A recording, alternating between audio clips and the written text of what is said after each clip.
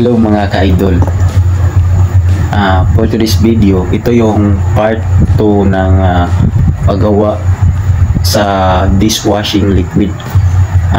Itong process na to is yung nakaraan na ini-stay namin ng 24 hours. Ngayon, i-continue namin yung paano naman siya i-refill hanggang sa maibinta itong dishwashing liquid, at saka ilang piraso ang magawa namin ito sa 45 liters or more. So continue yung video para malaman nyo kung ilan dito. Another small business naman to na malalaman nyo. So dagdag kaalaman naman to sa mga beginners kagaya namin. Hindi lang nakapokus tayo sa isa o dalawa. Hindi lang tayo nakapokus yun sa manok o baboy. Kailangan natin hindi diskarte ng iba para din sa supply ng mga araw-araw sa pamilya natin. So ito na ipakita namin. Siya nga pala, sa mga bagong salta pa lang sa channel namin, please paki-subscribe at pahit na din ng notification bell para ma-notify kayo sa mga bago namin upload na video. So ngayon, continue na natin kung ano yung process sa pag-refill ng mga buti dito sa dishwashing liquid na ginawa namin sa part 1. Okay mga idol, ito na yung dishwashing liquid na nagawa namin sa part 1. Yan, clear na siya. Ito yung buti, dito namin siya ilagay. Ang size nito is 500 ml.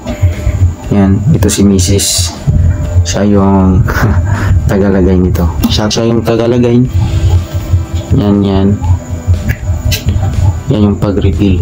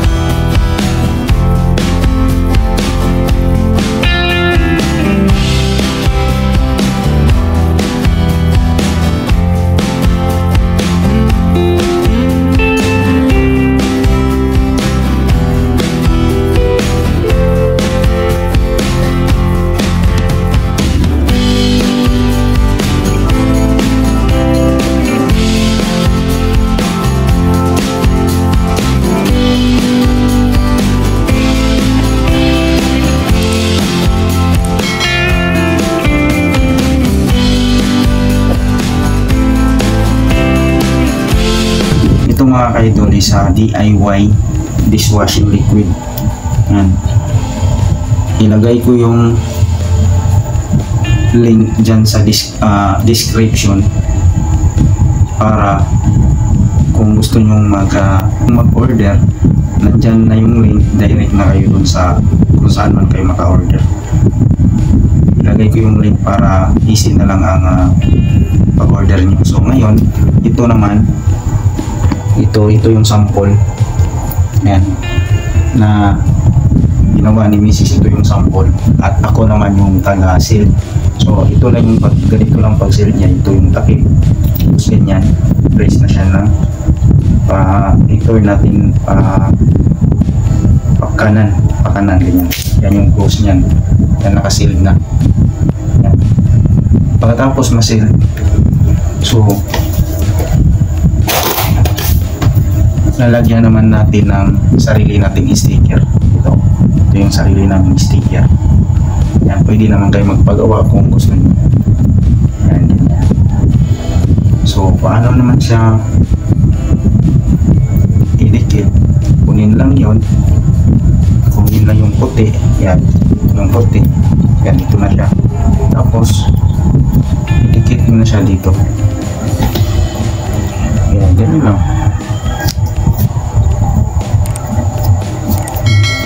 Ito yung flavor.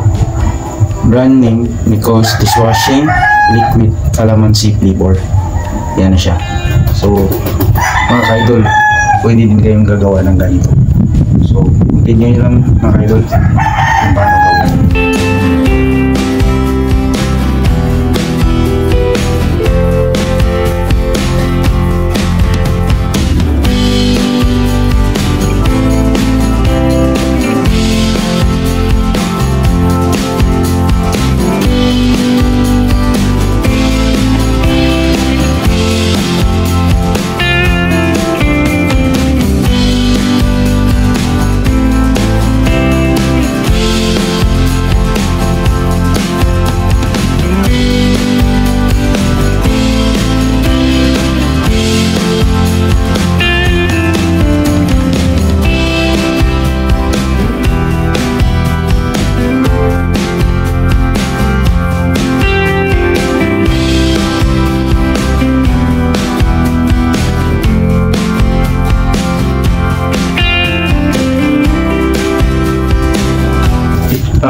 Siya nga pala, ito yung bote na to, pwede nyo din yung ma-order doon sa shop na ipasa ko yung link. So, pwede nyo dito ma-order doon.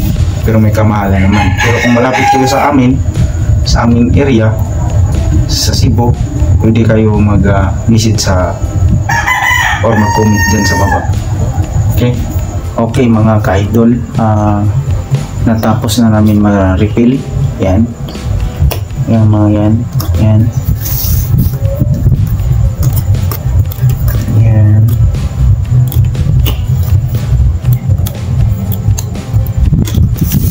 So, ang nagawa namin sa 45 liters is 107 pieces.